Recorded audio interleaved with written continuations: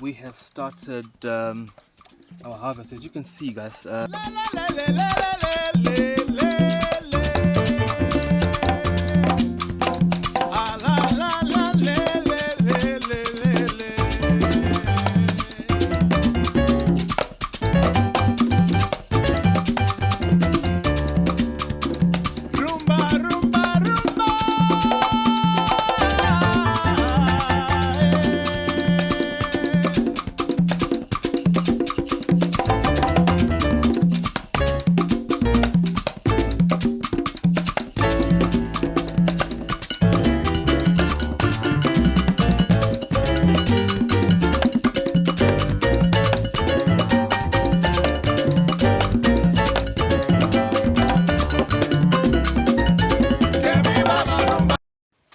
Hello family, it's Mr. Zim here. Today I am in Chivi, Masvingo Province, my rural village, and I'm in the tomato field.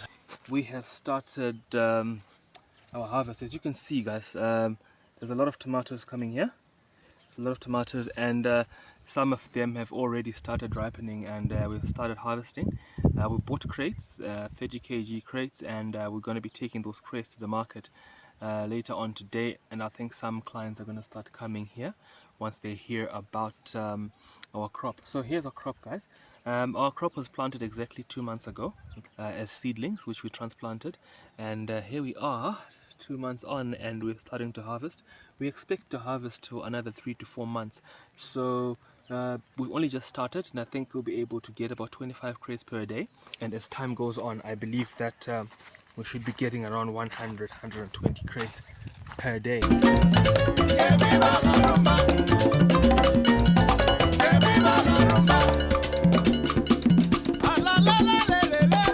And the current price for a crate in the market is about $15. So you do the math, guys. You do the maths, and you tell me the potential. Right now, tomatoes are a bit flooded. They're flooded the market, so the price is very low. But flooding also means that they are running out very quickly in the fields. So by the end of the first month, or by this time next month, we should be one of the few people who still have tomatoes, because ours are still very early stage. And this is what you need to consider when you're planting any crop. You need to have your planting calendar, and then you also need to have a profitability calendar to know what's going to be scarce and when you have to plant it, so that by the time you harvest, you've got a very high price or a very good price for your crop.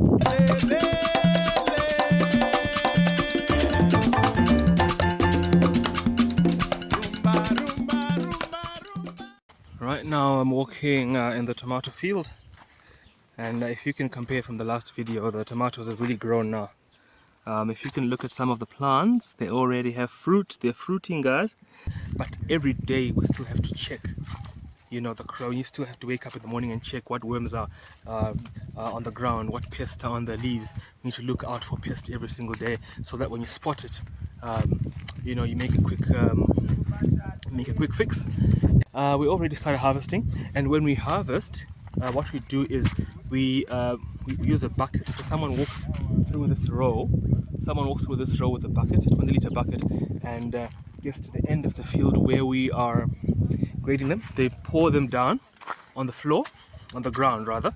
They pour them down on the ground, and then we begin to take the good ones, putting in different crates, and the bad ones in other crates. So we sell different grades. The good grades will have a different price, and the bad grades will have a different price. And this will keep consistency of quality to those who want rejects, and for those who want good quality, you have consistency.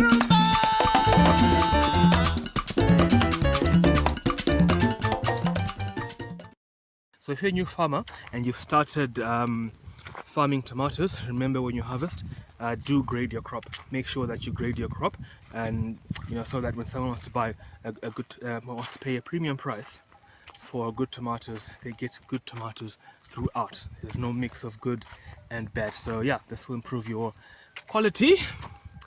So if you can look there behind me, there are some people who are harvesting, and in terms of manpower, we've got 6 people, but I think at our peak, in about a month from now, we're going to need at least 20 people. So we're going to be having to get casual labor, people who come pay them for the day, and they'll help you harvest, and you take your stuff to the market. Okay.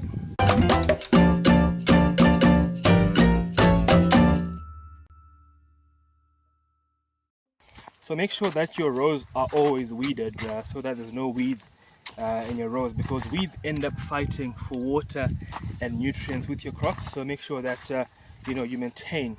So that's how it's done. So right now we've planted tomato at a time when there's so much rain, and because it's raining, rain comes with a lot of diseases. It comes with a lot of diseases for these tomatoes, so the crop generally does not do well. But when you have the expertise, like in this case, we made use of qualified agronomists and engineers to plant this crop. They were giving us guidance at every stage. Every fortnight they would visit the farm and give us pointers, letting us know what what to put in, what fungicides to put in, what pesticides to put in, and this will help us sail through the rain. Where most people have their crop dying, our crop will be flourishing, and so far so good. Our crop is still flourishing.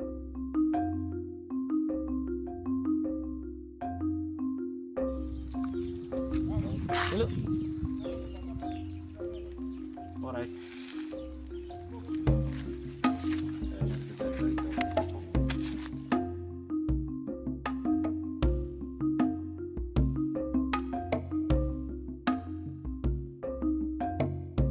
On this side of the fields, this is the side we have cabbage. So behind me here, this is cabbage. Our cabbage is grown from the last time. I will link my previous video somewhere up here.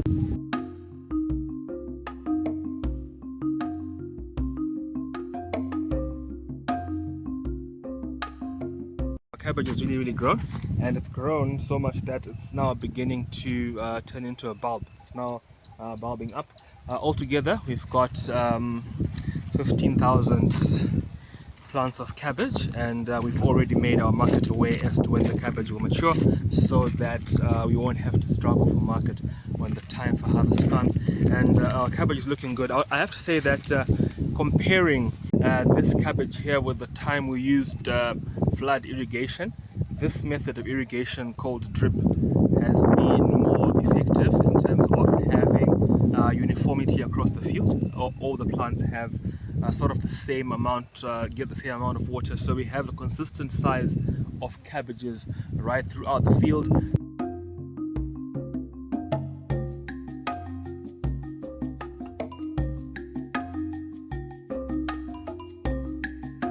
And the other thing is that it's much less labor intensive to water with drip, because altogether when you combine the cabbage and the tomatoes, we are doing around 1.6 hectares altogether. So that's 17,000 tomatoes, 15,000 cabbages. But I'm more excited about the tomatoes. Looks like they have a more consistent cash flow, because cabbage has a shorter window period of selling, because after a while, if you don't sell it soon enough, it'll continue growing and it'll begin to crack, and when it cracks, the price then just begins to drop.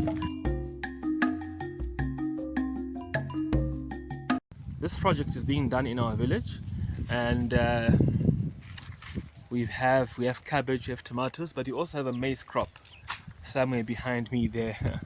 That maize crop is not under irrigation, and it's been a total flop.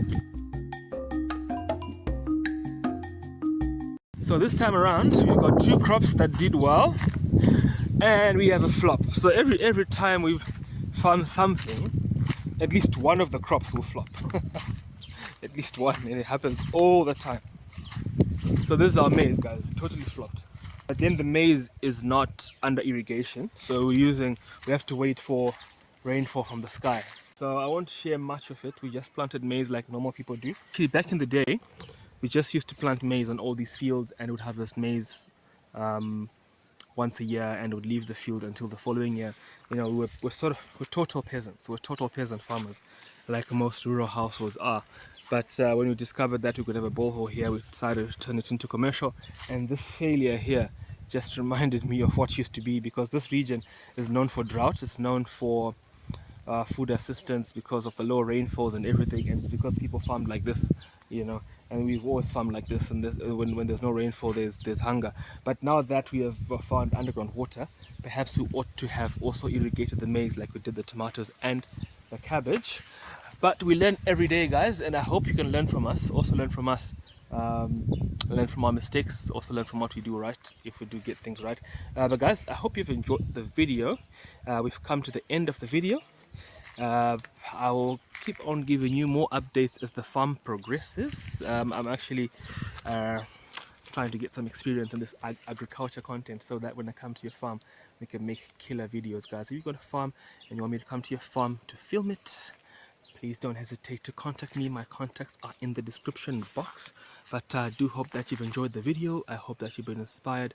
I hope that you've been able to learn a thing or two from us. And if you have seen anywhere where we might be lacking, please don't hesitate to drop a comment and let us know how we can improve and how we can do better in our crops, because we learn from each other. But guys, until the next video, I'm out. Bye.